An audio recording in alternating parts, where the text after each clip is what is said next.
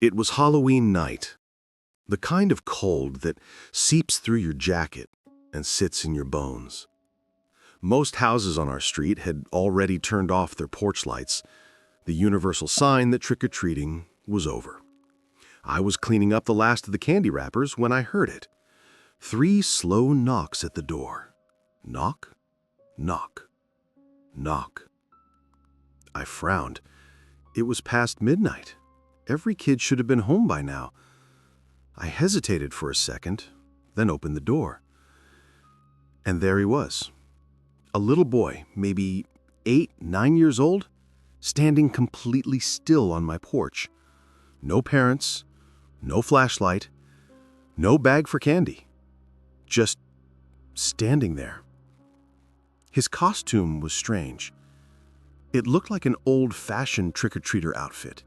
Faded, handmade, the kind you'd see in a black and white photo from the 1950s.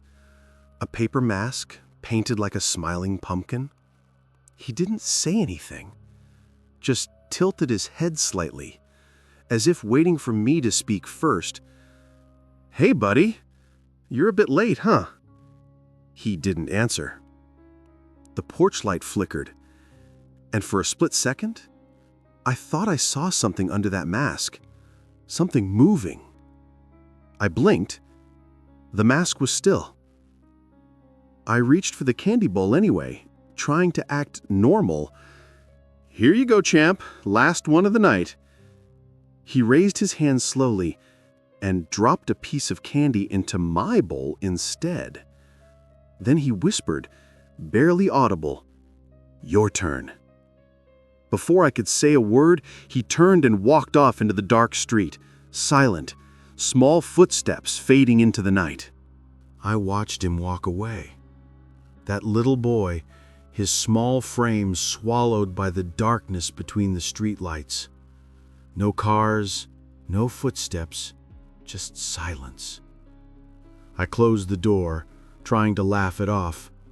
Maybe some kid pulling a Halloween prank, right? But something about it felt off.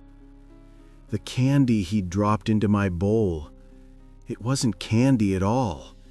It was a piece of old, sticky taffy, half unwrapped, covered in dust. The wrapper had a logo I didn't recognize. Whitmire's Treats, 1953. I stared at it for a while before tossing it in the trash. Then I turned off the porch light and went upstairs. But sleep never came. Every time I closed my eyes, I saw that pumpkin mask, the painted smile, the way it seemed to twitch. Around 2 a.m., I heard it again. Knock, knock, knock. This time, softer, closer. I froze. I was upstairs. That sound wasn't coming from the front door. It was coming from my bedroom window. I turned slowly toward the noise. The curtains fluttered slightly from the wind, and then I saw it. A shadow of a small figure outside the glass, completely still. The mask was pressed against the window. That same crooked pumpkin grin staring in at me. I jumped up, heart pounding, and yanked the curtain shut. But when I looked again, he was gone.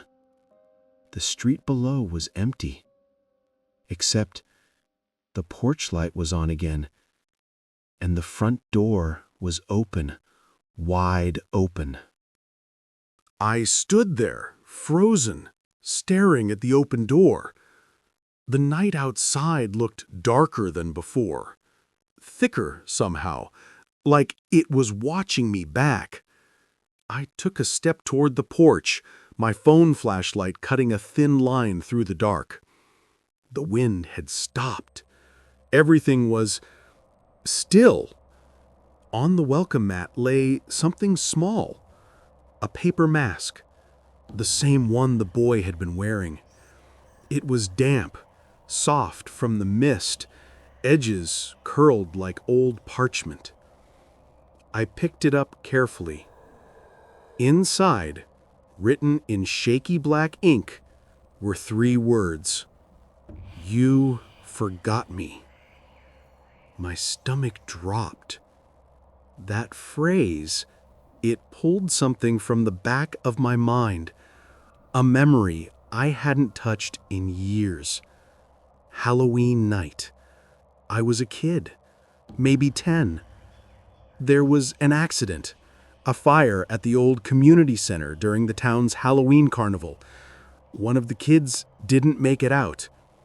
I remember the smell of smoke, the screams, and that same pumpkin costume, handmade, cheap paper mask with a crooked grin.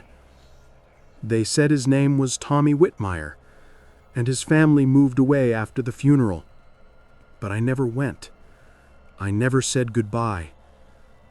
My flashlight flickered, and for a split second, standing at the edge of my yard, I saw him again. The mask back on his face. He raised a hand and held out something small.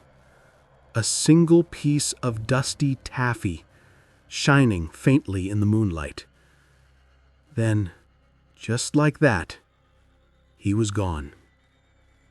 I turned the mask over in my shaking hands one last time, and beneath the words, "You forgot me," a second line appeared, faint, as if written from the inside of the paper.